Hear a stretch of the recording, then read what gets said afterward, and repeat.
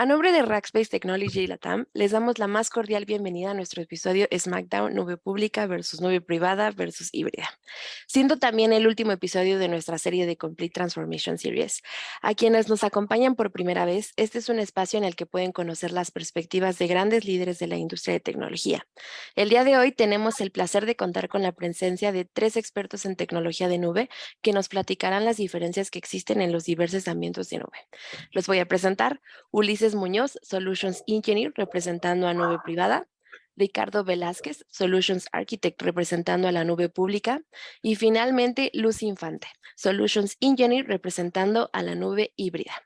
Para nuestra audiencia, este será un foro muy dinámico con un tema muy interesante y la sesión de hoy se compondrá de 4 rondas, cada una enfocándose en una categoría desde la perspectiva de los diferentes modelos de nube.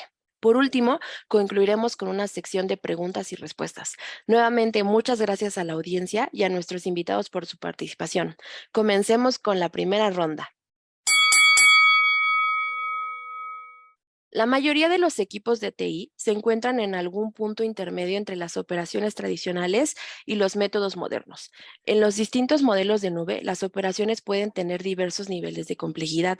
Hablemos entonces de las diferentes capacidades de gobierno que nos ofrecen cada una de las nubes. Nuestra primera pregunta es, ¿cuáles son las capacidades principales de la nube pública y cómo se diferencian las operaciones contra un modelo tradicional u on-premise? Vamos contigo, Ricardo. Claro, fíjate que es una pregunta bastante interesante porque en la nube tenemos bastantes ventajas para la parte operativa, siendo que normalmente se podría pensar que cuando nos movemos a la nube pública, el usuario administrador, el que está operando la plataforma actualmente, el que ahorita está hackeando los servidores, administrando energía, administrando aire acondicionado y demás, a lo mejor se piensa que ya no va a tener muchas actividades en la nube pública. Sin embargo, todo lo contrario, va a tener varias actividades, pero pensadas más en la innovación y en la modernización, pensando cómo modernizar sus mismas operaciones, transformar un rol de un Network Engineer on-premise a un Network Engineer Cloud o a un rol de administración de procesos en la nube o administración de respaldos. Entonces, todo esto en la nube pública se puede hacer de una manera bastante efectiva, donde podemos beneficiarnos de script, de automatización, de procesos recurrentes que puedan quitarle ese peso que tenía el equipo operativo anteriormente de ir, respaldar, cuidar las cintas, estar sacando esas cintas y almacenándolas en otro lado. Entonces, en la parte de nube pública tenemos una ventaja importante en cuanto a que si quieres respaldar, lo puedes automatizar de manera muy ágil. Si tú necesitas hacer el parcheo de tus servidores, se puede hacer también muy ágil. Y si tú necesitas replicar ciertos cambios en tu estructura de redes, en tu estructura de configuración de los servidores, lo puedes hacer a través de Runbox, que permiten que el equipo se centre más en dar un beneficio a la organización y no tanto en estar resolviendo tareas cotidianas del día a día, que para eso se encarga la nube. Entonces es un tema de modernizar el rol, modernizar las actividades, agilizar los procesos, reducir el tiempo fuera de línea y también pues impactar directamente a la organización con unos mejores SLAs. Muchas gracias. Y escuchamos que una de las principales ventajas de la nube pública es la automatización, pero en el caso de la nube privada, Ulises, ¿qué tipo de beneficios o capacidades existen? ¿Es similar o existen limitaciones? Buena pregunta, Daniela. Gracias. Eh, Una de los principales retos en on-premise es estandarizar el modelo de soporte, porque por lo general las áreas de TI son grandes, son extensas, y siempre tiene que haber como el primer paso cuál sería la metodología para estandarizar el modelo de soporte, cómo lo alineamos a estándares de tecnología actuales, para que después podamos explotar a través de la información estos sistemas y optimizarlos de igual forma. Eh, es importante en una estrategia que vaya a terminar yendo a la nube, porque eventualmente varios servicios van a terminar yendo a la nube, pues contar con todos estos mapeos de estándares que vengan alineados a estándares precisos y concisos de la industria y permitirnos poder integrar, explotar u optimizar los ámbitos de infraestructura que se tienen actualmente dados. De acuerdo. Y ahora en el caso de las empresas que tienen ambientes híbridos, Luz, ¿las operaciones y el manejo de TI se complica? Daniela, por esa pregunta. A ver, la parte híbrida tiene lo mejor de esos dos mundos. Si unimos un poco lo que mencionaba Ricardo de los temas de tener un runbook, de tener unos temas automatizados, la clave aquí de la nube híbrida es poder hacer uso de las habilidades, tanto de esa nube privada como de la nube pública. Por ejemplo, podemos disponer en operación. Si tengo muchas cargas de trabajo que son elásticas, tengo el Día de la Madre o el Día de Navidad o el Día de Acción de Gracias que viene pronto, puedo hacer uso de esa nube pública para hacer ese crecimiento elástico de una demanda que todavía no puedo calcular muy bien, mientras que en la nube privada puedo tener algunos servicios de seguridad o puedo tener mis datos según me lo pida una norma. Entonces, en el tema de operación, la clave estaría en unir y potencializar lo mejor de esos dos mundos, siempre aprovechando esos recursos. Y en la segunda parte de la pregunta que decías, en la parte de gobernanza, sí podría volverse un poco más complejo, pero mientras tengamos una interfaz que nos ayude a simplificar esa gobernanza, podemos hacer ese uso de lo mejor de esos dos mundos. Entonces podemos tener los mismos sistemas operativos, tener esta interfaz y hacer la unión de esas dos habilidades de las dos nubes. Muchas gracias, Luz. La última pregunta de esta sección va para Ulises. En ambiente on-premise se tiene un gobierno completo de la infraestructura. Entonces, ¿cuáles son las principales ventajas en cuestión de gobierno de la infraestructura y de soberanía de los datos al manejar una infraestructura on-premise?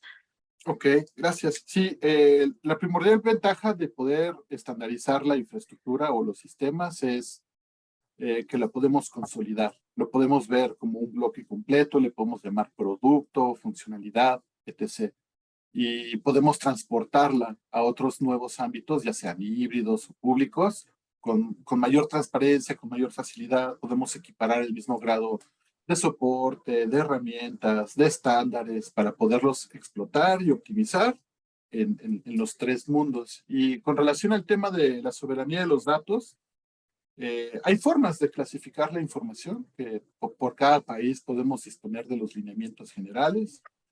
Habrá el caso donde existan datos sensibles, datos más públicos. Los datos sensibles, pues sí, eventualmente tendrán que irse a la nube, pero hoy pues, las disposiciones nos piden que estén localizados en las oficinas de nuestros clientes y ello complica la integración de estos mundos.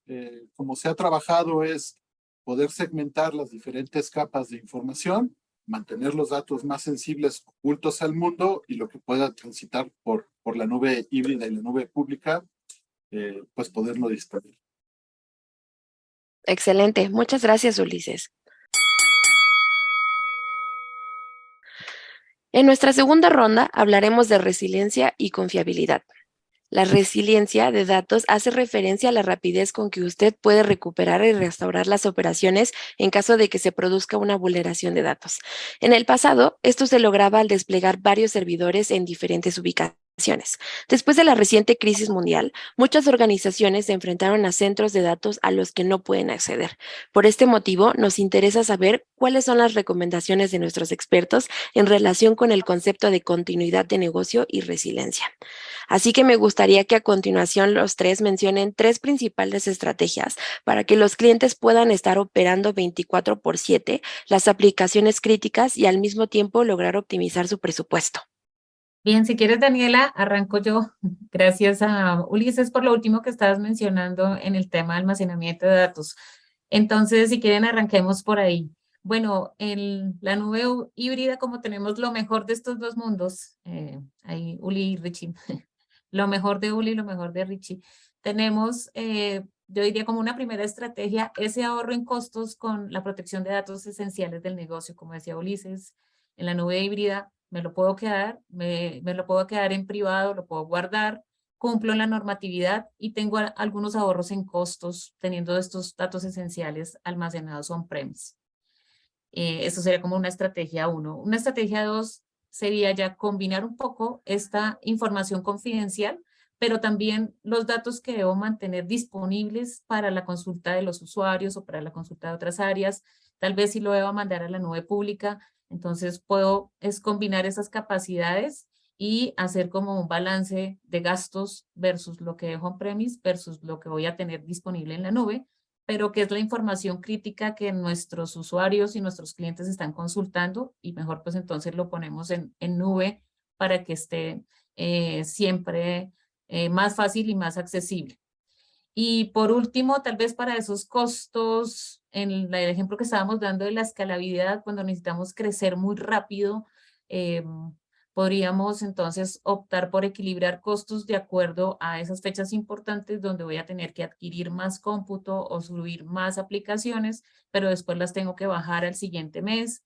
Si soy una universidad, también funciona de pronto en el tema de matrículas, pero luego tengo que bajar algunas disponibilidades y de pronto en on-premise me sale mucho más costoso. Mejor me voy por nube para hacer esta escalabilidad por demanda. Esas serían mis 3 propuestas. Claro, mira, yo la estrategia que vería con la pregunta que hiciste, Daniela, es uno, de la más costosa a lo mejor a a la más económica, empezar por un escenario de alta disponibilidad. La ventaja que en la nube es que ya tenemos ciertos temas de SLAs garantizados totalmente. En la parte de nube privada tenemos un tema, porque muchas veces tenemos un centro de datos y con ese centro de datos tiene solamente un canal de comunicación o puede tener dos, pero en una sola región. La ventaja de la nube pública es que tenemos zonas de disponibilidades. Dentro de esas zonas de disponibilidad tenemos múltiples data centers y esos data centers tienen independencias de alimentación energética, de refrigeración, independencias también en comunicaciones. Entonces, de entrada tenemos una disponibilidad garantizada y bien medida. Muchas veces en nube privada no medimos muy bien cuál es la disponibilidad que realmente podemos ofrecer a los clientes. Y en nube pública sí lo tenemos. Lo tenemos bien estandarizado y también lo tenemos bien aterrizado en acuerdos de negocio que incluso pueden impactar en alguna bonificación o en algún tema de compensación hacia los clientes en caso de que una caída supere los umbrales permitidos. Entonces, la parte de la estrategia que yo veo es, tenemos una estrategia de que podemos tener escenarios de alta disponibilidad de manera casi inmediata. Alta disponibilidad en la capa de aplicativos, en la capa de bases de datos, en la capa de lo que se expone directamente y en múltiples servicios. La ventaja de la nube es que podemos desacoplar nuestras arquitecturas y podemos tener una parte de la aplicación en cierta región o una parte en una zona de disponibilidad y la otra en otra zona de disponibilidad, lo que permite que si esa zona de disponibilidad tiene alguna afectación, de inmediato el servicio siga continuando. Ahora tenemos servicios de misión crítica que realmente no podemos en ningún momento tener una caída. Tenemos servicios en cuanto a salud, de transportes, tenemos servicios financieros y como ustedes lo saben, no podemos darnos el lujo de que los clientes puedan caerse ni siquiera un minuto, ni siquiera 2 minutos, porque eso puede impactar negativamente tanto a un país como a una organización. Entonces, en la nube pública tenemos esta ventaja de tener esta alta disponibilidad en múltiples regiones o incluso en múltiples países. Si queremos tener una zona de disponibilidad en Europa, en Asia, en Sudamérica, se puede tener. Es una parte de las ventajas. Es un poco más costoso y obviamente hay que analizar muy bien la aplicación y la criticidad para el negocio. Por otro lado, tenemos el tema de Disaster Recovery. Disaster Recovery, pues realmente podemos replicar los datos a otra zona, a otra región, igual a otro país, y sin ningún problema podemos tener eso de manera muy ágil, sin tener que hacer tantos cambios a veces o tener que hacer un paso de datos bastante grande a través del enlace que tienen los clientes en su nube privada. Entonces podemos hacer un DR. Ese Disaster Recovery también se puede beneficiar para una nube privada. O sea, si tienes nube privada y le quieres mandar un Disaster Recovery hacia la nube, se puede hacer. De hecho, muchos clientes empiezan con un Disaster Recovery. Y la última estrategia, que es la más barata y también es para nube privada y nube pública, es el tema de backup. Respaldar los datos, ya sea en una región, dentro de la misma zona donde estemos trabajando o en un país diferente, ¿no? Y aparte de eso, el manejar los datos de respaldo, de disaster recovery, de repente se puede volver un poco complejo en otras nubes. Y en la nube pública podemos tener escenarios donde tienen un ciclo de vida los datos. Eso permite que no nos llenemos de tantos datos que no son transaccionales y los podamos estar mandando a storage que son mucho más baratos, que son más efectivos para el cliente a nivel presupuesto y que pueden garantizar que esos datos van a estar siempre disponibles, pero con un costo menor. Entonces son las tres estrategias: alta disponibilidad, disaster recovery y respaldos. Para el caso de la nube privada, es una estrategia más larga este concepto de la resiliencia. Se cuenta con recursos limitados. Como comenta Ricardo, no se tiene tan de la mano más ancho de banda, más energía. Por ello se tiene que hacer un paso atrás la estrategia de gestión y de operación para ganar tiempo y herramientas. En la estrategia se delimita que hay que pensar en la capacidad que vamos a tener, que vamos a estar consumiendo, y se pueden adoptar pues, nuevos enfoques tecnológicos. Uno de ellos puede ser la virtualización, que es un parteaguas que nos permite transformar la forma en la que hemos venido haciendo tecnología en los últimos años. Y una vez que estos ámbitos ya están virtualizados, ya son bastante susceptibles para ser sincronizados con la nube pública, para poder aumentar el grado de resiliencia en los sistemas de mayor importancia, para que en cualquier incidencia podemos saltar a estos nuevos modelos que son elásticos, son dinámicos en términos de consumo, en términos de costos, lo que nos permite apalancar una buena tecnología contra una buena estrategia, y ya que el incidente se haya resuelto, podemos regresar a la operación en la nube privada. Este enfoque también nos permite hacer migraciones de la nube pública, donde podemos reutilizar los recursos del pasado, los servidores que ya tenemos actualmente, para poder hacer una recuperación en donde originalmente estaba el producto. Muchas gracias a los tres por esta segunda ronda. En nuestra tercera ronda nos enfocaremos en seguridad. Recientemente salieron los resultados de nuestro informe anual de ciberseguridad 2022, donde el 59% de los líderes de TI afirma que la seguridad es su principal preocupación. A pesar de las inversiones en seguridad y de que existe una mayor colaboración entre las áreas internas del negocio, la mayoría de las empresas comparte que no se siente totalmente preparados para hacerle frente a las amenazas. Entonces, aun cuando existen ciertos controles nativos de seguridad, las organizaciones, dependiendo de su industria, necesitarán garantizar ciertos cumplimientos normativos. En este caso, ¿nos puedes explicar, Ricardo, cómo se gestiona una seguridad robusta en un ambiente de nube pública? Claro, Dani. Primero tenemos que partir del punto de responsabilidad compartida. Entender este concepto va a ayudar a que los clientes se centren y se enfoquen en lo que realmente hace sentido para cubrir la parte de seguridad. La parte de seguridad a nivel física, la parte de seguridad a nivel accesos de data center, ya está provista por el mismo hyperscaler.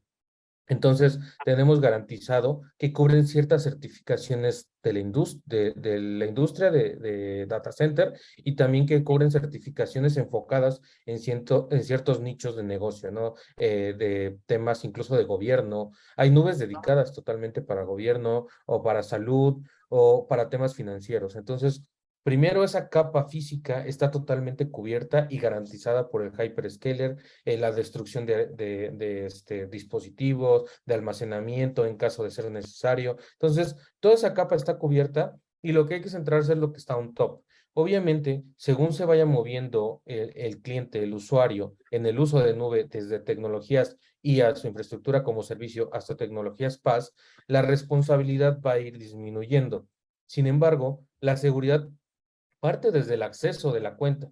Entonces, una buena seguridad se debe de basar en tener un control efectivo en la cuenta. No solamente es de repente llegar y crear una cuenta, ya creé la cuenta y empiezo a dar accesos. No, empezar a generar una política de gobierno estricto que garantice que solamente las personas que necesitan el acceso lo tengan, y que tengan el acceso solo que necesiten. A diferencia de enfoques privados o enfoques tradicionales donde todo el mundo tiene acceso a todo, en la nube privada, en la nube pública, a diferencia de enfoques tradicionales donde todo el mundo tiene acceso a todo, en la nube pública nos centramos en darle el estricto acceso a la persona que lo necesita. no dar accesos grandes, sino más granulares. Necesita hacer un respaldo, necesita visualizar algún tablero, necesita visualizar ciertas cosas para hacer sus actividades, perfecto, se tienen que otorgar. Sin embargo, no darles más allá. Un ejemplo, un financiero no tendría por qué tener de repente acceso a modificar respaldos, porque eso es un riesgo de seguridad.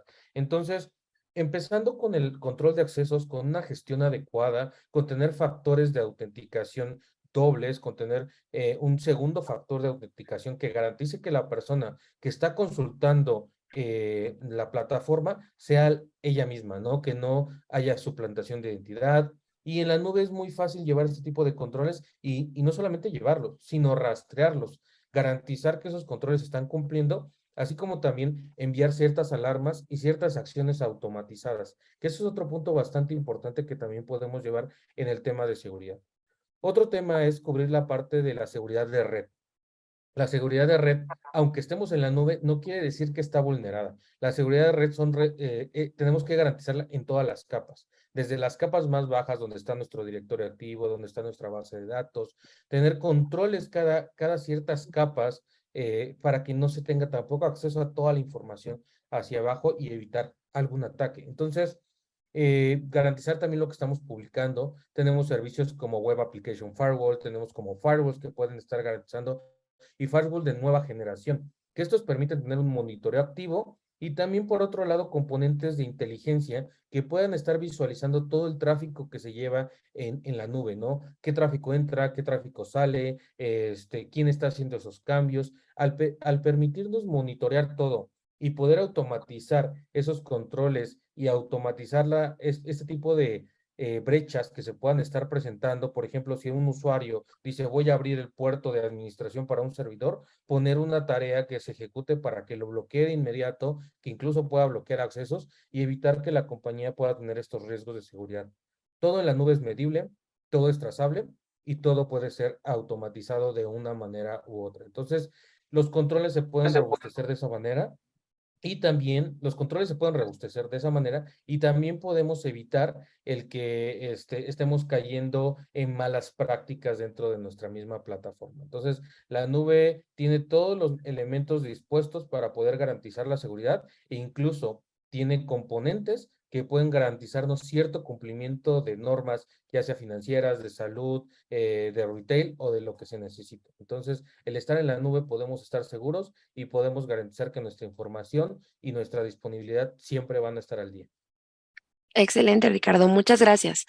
Una de las percepciones en el caso de la nube privada es que las organizaciones obtienen más visibilidad y más control de la seguridad, pero ¿esto es cierto, Ulises? ¿Y cómo contrasta con los ambientes de nube híbrida? Es una gran pregunta. Cuando tú tienes un ámbito de nube privada, está regida por estándares de la industria y se tienen que aplicar los procedimientos y los controles que dichos estándares demarcan. La nube nos otorga el modelo de responsabilidad compartida. Cuando estás en nube privada, la responsabilidad por completa es tuya.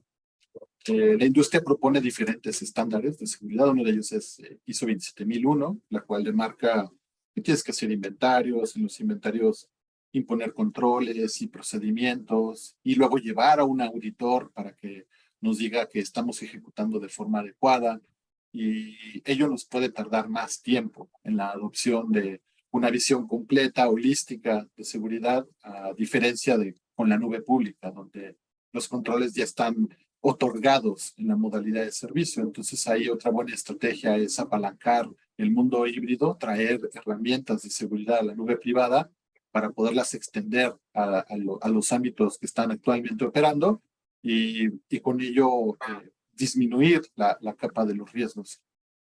Muchas gracias. Luz, en el caso de la nube híbrida, ¿cómo equilibras la complejidad de mantener seguras las cargas de trabajo entre ambientes públicos y privados?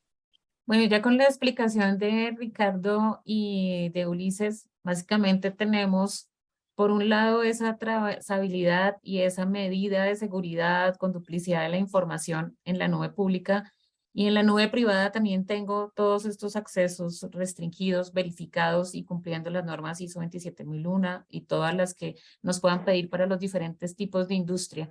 Aquí básicamente habría que revisar, y es lo que nos provee la nube híbrida, es ver qué cargas de trabajo tengo y qué datos tengo.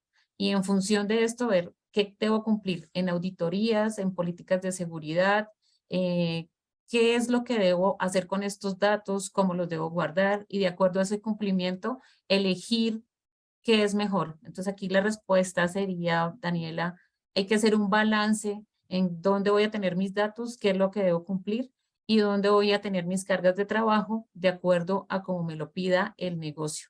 Si somos una entidad de salud y debo cumplir con las normas de guardar todas las historias clínicas de mis clientes, entonces tengo dos tareas. Tengo los datos de los clientes que debo proteger, pero tengo una hoja clínica que debo colocar para que pueda ser consultada y para que ese paciente pueda ser atendido en cualquier parte. Entonces aquí lo que habría que preguntar es esa responsabilidad compartida que hablaba Ricardo, es qué debo hacer, qué normatividad debo cumplir, cuáles personas son las que deben tener acceso a, y de acuerdo a esto sí escoger las habilidades de la nube pública y las habilidades de la nube privada.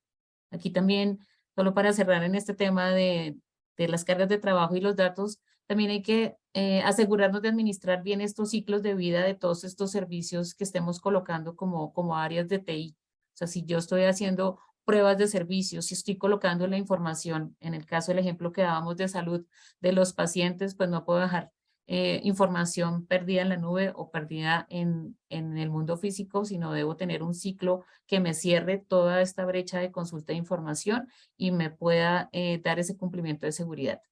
Muchas gracias, Luz. Y bueno, para cerrar esta ronda de seguridad, tengo una última pregunta para todos. ¿Cómo mitigamos riesgos en los diferentes modelos de nube? Vamos contigo, Ulises. Muchas gracias, Daniela. La mitigación de riesgos es muy amplia.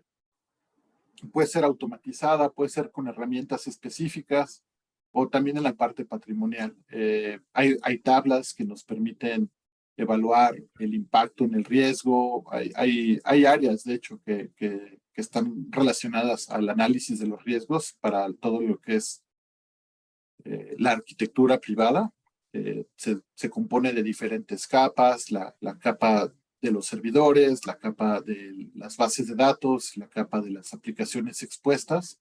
Y pues cada segmento tiene pues, sus riesgos pertinentes, ¿no? El riesgo en la infraestructura es que se roben los recursos, el riesgo en la plataforma es que se robe la información, y el riesgo en el software es que se robe la propiedad intelectual o que exista discontinuidad en el servicio. Para la parte de nube pública y para cualquier estrategia de arquitectura debemos de considerar que siempre el eslabón más débil es el que puede ser vulnerado, ¿no? En una arquitectura de redes o una arquitectura de nube pública debemos de cuidar cada eslabón. Debemos de pensar que todo es susceptible a algún ataque. Entonces, en cada punto debemos de estar cuidando y midiendo esos temas. Lo que no podemos medir, no podemos mejorar y tampoco podemos optimizar. Entonces, en la nube pública, como te decía, todo es medible, entonces debemos de enfocarnos en tener los controles en cada una de las capas, en cada uno de los componentes. Los servicios ya están dispuestos, solamente hay que hacer un buen uso de ellos. Si nosotros sabemos manejar la parte de seguridad de manera adecuada, la nube es un muy buen respaldo para poder beneficiarnos de esa agilidad, disponibilidad y sin comprometer el cumplimiento. Porque justamente muchas de las pláticas que llevamos con los clientes sobre el tema de seguridad, con los CISOs, es el enfocarnos en garantizar que la nube esté cubriendo con los controles, tanto en la responsabilidad que le toca con el hyperscaler como en la parte de diseño. Es por eso que también a veces es muy importante o tener un equipo, un centro de excelencia cloud que pueda estar acompañando a nuestros clientes o incluso tener un partner que los pueda estar colaborando como ese brazo extendido, ya que realmente si nosotros no conocemos de nube, sí puede ser un riesgo importante. Entonces ahí es donde veo los riesgos principales en la parte de desconocimiento. Sí, bueno, en la parte de riesgo ya claramente tenemos lo mencionado por Richie y por Uli, pero aquí sí que en la nube híbrida hace sentido usar las matrices de riesgos tradicionales. ¿Cuáles son los posibles riesgos que debo tener? ¿Cuáles son los que debería controlar? ¿Quién es el responsable? Si es probable, ligeramente probable, un poco probable, y tener bien calculados esa matriz de riesgos y tener el plan de acción para poder activar Si estoy haciendo uso de mi infraestructura on-premise y veo que tengo una vulnerabilidad, debo saber cómo la voy a atender, qué tan rápido la voy a atender, quién es el responsable, cómo es el presupuesto para poder atender ese riesgo. Básicamente aquí, metodología tradicional, una matriz de riesgos para poder clasificar quién es el responsable de y cómo se debe actuar. Excelente, muchísimas gracias a los tres. Y bueno, nuestra cuarta y última ronda será sobre modernización y transformación. La modernización de nube sabemos que ofrece un valor diferenciado. A medida que la nube evoluciona, también deben hacerlo los modelos de servicio. Entendiendo que cada día están saliendo nuevas tecnologías y la demanda tecnológica aumenta, em, ¿qué nos pueden decir sobre su nube? ¿Cuál dirían que es la ruta que debería tomar un cliente para modernizar sus sistemas y cuáles son las ventajas que pueden tomar de esto? Claro, si gustas yo empiezo. Realmente creo que cuando estamos pensando en modernizar la nube es el camino. Realmente cuando estamos pensando en máquinas virtuales no hay una diferencia tan grande. Sí hay mucho apoyo, mucho aporte, muchas condiciones que pueden mover para automatizar, para esquematizar nuevos modelos operativos. Sin embargo, el real valor de la nube es la modernización. Como bien comentabas, cada día salen nuevos servicios, cada día salen nuevos patrones de arquitectura que nos pueden ayudar a beneficiarnos de la nube. Podemos hacer una arquitectura basada en microservicios, basada en eventos. Entonces, ese tipo de arquitecturas modernas nos permite, uno, tener desacoplados nuestros componentes, lo que evita el que nosotros podamos tener solo punto de falla en cierto tipo de arquitecturas. En la nube podemos tener distribuido este tipo de responsabilidades entre los componentes, lo que garantiza que le podamos dar más disponibilidad a los clientes, más, obviamente, más fiabilidad en cuanto a los servicios. Y en la nube pública pues, tenemos una cantidad de servicios para ir escalando. Eso es una ventaja importante, que podemos ir escalando desde máquinas virtuales, brincar aplicaciones como servicios, bases de datos como servicio, llegar incluso hasta aplicaciones sin servidor, donde realmente el usuario, donde realmente el usuario, donde realmente las compañías se pueden beneficiar de una transaccionabilidad por el momento en que se ejecute algún evento, sin necesidad de estar pagando infraestructura que está ociosa, infraestructura que no está representando en ese momento nada para la compañía y trasladarlo a un enfoque de, ok, ¿quieres una transacción bancaria? Se levantan los servicios, se ejecutan, se procesa todo el pago o la transacción que gusten y esa transacción en ese momento se apagan los servicios y ya no tiene más costo el cliente, ¿no? Entonces, en la parte de modernización, hablando de serverless, hablando de contenedores, hablando de Kubernetes, hablando de bases de datos no relacionales, podemos tener una ventaja bastante importante. Entonces, en la nube pública, considero que es el primer lugar donde deberían estar pensando las organizaciones para modernizar. Y ahora muchas organizaciones, de hecho, ya nacen en la nube. Estas organizaciones fintech que ya realmente no piensan en un servidor, solamente piensan, necesito ejecutar una parte de código y la necesito ejecutar dónde. Entonces, ese tipo de ventajas solo se pueden dar en la nube. Claro que hay cosas que se pueden hacer on-premise, sin embargo, en la nube es mucho más efectivo, mucho más ágil. Básicamente necesitamos que un desarrollador agarre su tarjeta, la ponga en una consola de nube y empiece a hacer pruebas. Obviamente después viene un tema de gobierno, no podemos dejar que el equipo solamente se sirva solo, sino viene después un tema de gobierno y vienen estrategias y frameworks que ya están muy alineados al modelo de nube, como estrategias de DevOps, estrategias de Continuous Integration, Continuous Delivery, despliegues tipo Blue Green, despliegues de tipo Canary. Entonces tenemos una estrategia bastante grande y frameworks para ejecutar este tipo de procesos que ayudan a que las organizaciones sean ágiles, sean seguras y sean eficientes. Muchas gracias, Ricardo. Adelante, Luz.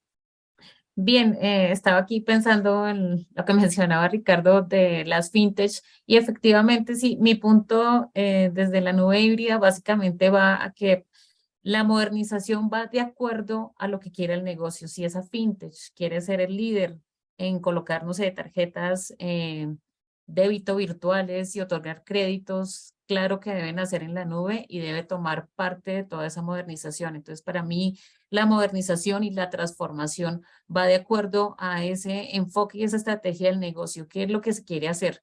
Y de ahí me devuelvo a ¿qué es lo que necesito a nivel tecnológico para cumplir esos objetivos?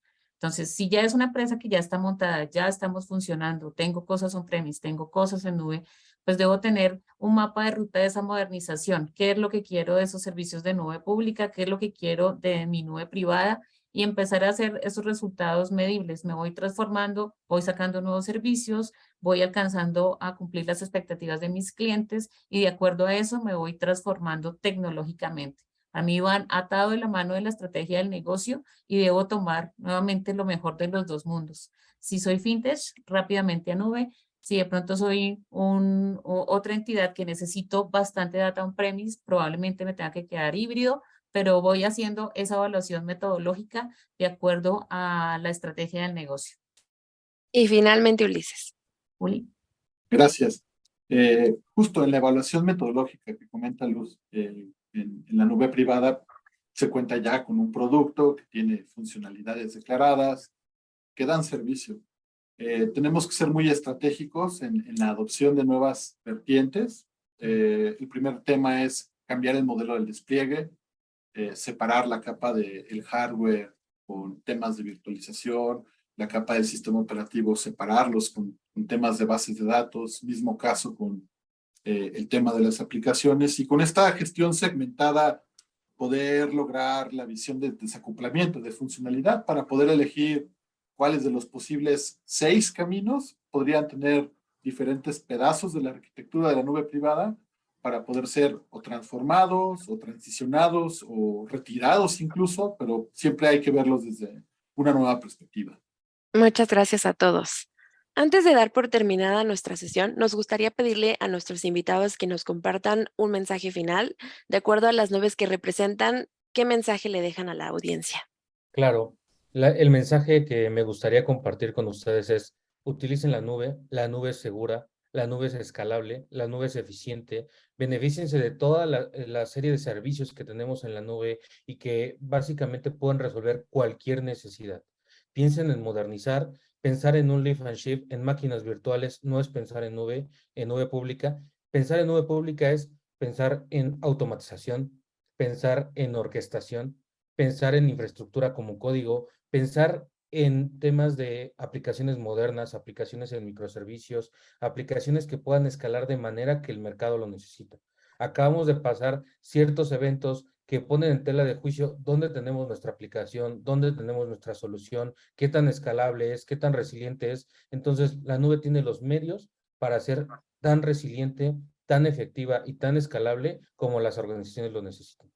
Gracias, Ricardo. Adelante, Ulises. Para el caso de nube privada, pues siempre estar buscando cómo eficientar como estrategia, cómo generar segmentos de los sistemas que tenemos actualmente para poderlos transformar,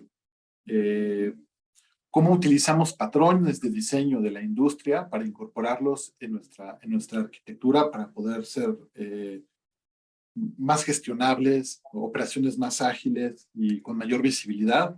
Y también buscar apalancar servicios de la nube para poder regir ámbitos de nube privada que también son más dinámicos, son más económicos, tienen mayor profundidad, y pues apalancar lo mejor de todos los mundos en pro a ustedes. Muchas gracias. Y finalmente, Luz. Bien, mi mensaje final sería si estamos considerando en un mundo híbrido o revisar qué podría ser mejor para nuestro negocio, daría 4 ideas principales. Primero, revisar y hacer un inventario de mi entorno de TI, qué es lo que tengo, cómo estoy funcionando, cuáles son mis aplicaciones, dónde tengo la información, dónde están los datos, quién me consulta. Lo segundo sería ya con esas aplicaciones y esas cargas de trabajo y estos datos, entonces reviso qué es mejor, todas estas habilidades que nos contaba Ricardo, o de pronto debo mantenerme usando un centro físico por el almacenamiento de los datos. Y ya una vez definido eso, convertimos la ciberseguridad como aspecto fundamental para poder cubrir esos dos frentes. Y por último, todo por favor orientado hacia los datos de la empresa para que podamos hacerlos útiles más adelante. Eso es. Excelente. Muchas gracias por sus aportaciones. No sé qué piensa la audiencia, pero qué buen SmackDown. Muchas gracias, Ulises, Ricardo y Luz, por este desafiante evento. Ahora vamos a la esperada sección de preguntas y respuestas.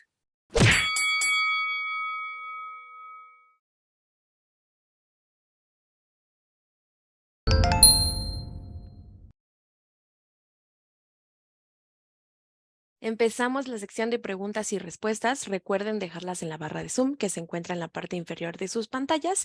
Ya tenemos algunas, así que vamos a comenzar. La primera.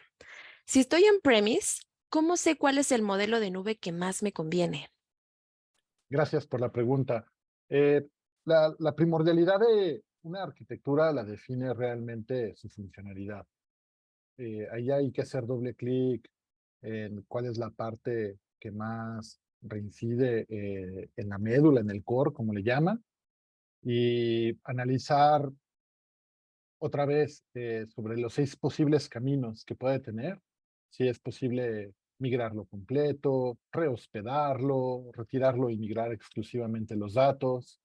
Pero pues digo, tiene que pasar por una fase de analítica para poder saber cuál es el mejor camino, el más rápido, el más económico y que mayor valor funcional nos pueda dar. Muchas gracias, Ulises. Ricardo, Luz, ¿quieren complementar?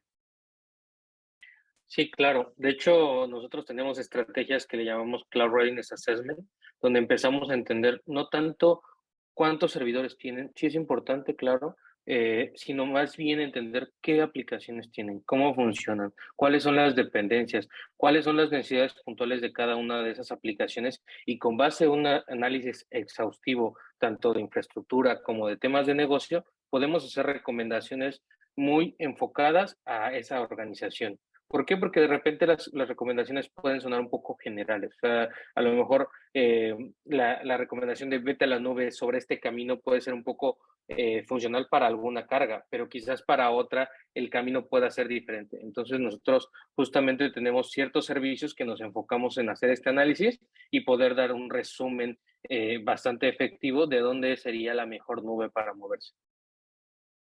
Sí, yo también Gracias. le añadiría, gracias Ruchi, le añadiría hacer el análisis de costos juiciosito, el Excel, de qué me cuesta, qué me va a costar a 1 año, a 2 años, en qué modalidad, y también verificar que algunas de las nubes generalmente tienen planes de incentivos que nos pueden aportar en esas aplicaciones que vamos a mover. De acuerdo, muchas gracias a todos. Aquí hay otra de Aura. Aura pregunta, ¿los componentes de seguridad ofrecidos como firewall son multitenant o dedicados para cada cliente? Aquí entiendo que sería un poco más de nube pública y yo la contesto. Sí, en la parte de nube pública tenemos soluciones multitenant, sin embargo, no quiere decir que las soluciones multitenant están compartiendo información con otro cliente, realmente son soluciones que en la capa base, en la capa física, es compartido, pero ya en la capa top, la que se usa, es independiente cada uno y cada cliente puede tener sus propios controles, sus propias configuraciones. También otro punto es que si tenemos que ser un poco más estrictos con la seguridad y requerimos ciertas configuraciones solamente para un mismo tenant, entonces lo que se puede hacer es que se pueden configurar appliances basados en máquinas virtuales, donde está totalmente dedicado a un cliente, ¿no? Y puede ser de una gama de servicios bastante amplia, desde servicios de Palo Alto, Fortinet, SharePoint y demás, ¿no? Entonces ahí podemos tener un enfoque mucho más privado, por así decirlo, sin quitar la parte elástica que tiene la nube. Gracias. Pregunta por aquí Fabio Acosta. Si tengo 7 teras de datos actualmente on-premise, documentos principalmente, ¿cuál sería la mejor nube para respaldar mis archivos? Bueno, yo le daría una opción desde la nube híbrida. Podría revisar esta información que tiene y es saber cuál es la que tiene que consultar día a día, cada milisegundo que necesita que el usuario esté accediendo a alguna información y cuál es la que puede tener en backup. Y de pronto lo parta en dos. Dejemos en una nube ágil la entrega de la consulta de esa información y de pronto en on-premise el almacenamiento del backup para consultas, para respaldo, para guardar a 5 años, a 10 años, a 20 años. Eso podría ser una de las opciones. Muy bien, muchas gracias. Tenemos por acá otra. ¿Cómo controlo de manera eficiente el gasto en la nube, entendiendo que se paga por lo que uso? ¿Esto aplica para las 3 modalidades o qué nos pueden decir de esta pregunta? Bueno, en la parte de nube pública, de entrada hay que hacer una estrategia de FinOps bastante efectiva. Tenemos que seleccionar e identificar muy bien las cargas que estamos subiendo, identificar cuál es el propósito de cada una de las cargas, cuál es el área responsable dentro de la organización de estas cargas y utilizar elementos como el etiquetado de los componentes en nube pública para que después podamos beneficiarnos de alguna herramienta de optimización de costos, donde podamos tener dashboard que nos den visualización. De hecho, como Rackspace tenemos una solución que se llama Optimizer Plus, donde nosotros implementamos una herramienta que se llama CloudHealth, ¿no? Y donde nos permite hacer una trazabilidad de este etiquetado. Obviamente tiene que haber un etiquetado previo, no es una herramienta mágica, si no se etiqueta realmente no nos puede dar una visibilidad clara. Entonces, es etiquetarlo, usar herramientas como la que comento, o incluso apoyarse de las mismas de las nubes. Las nubes también tienen algunas herramientas nativas, el caso de AWS, el caso de Google o el caso de Azure, tienen ciertas herramientas que permiten tener esos reportes y también tiene otra parte donde te permite hacer recomendaciones. Te puede recomendar reservar instancias, te puede recomendar también hacer una reducción en cuanto al performance de las máquinas. También otro punto muy importante es medir efectivamente el performance tanto de máquinas como de componentes de aplicación. ¿Para qué? Para que con eso podamos ver qué estrategia podemos ocupar para optimizar. Gracias, Ricardo. Me parece que aquí hay una directa para Uli. Nos preguntan, ¿qué es mejor, nube privada o AWS Outpost?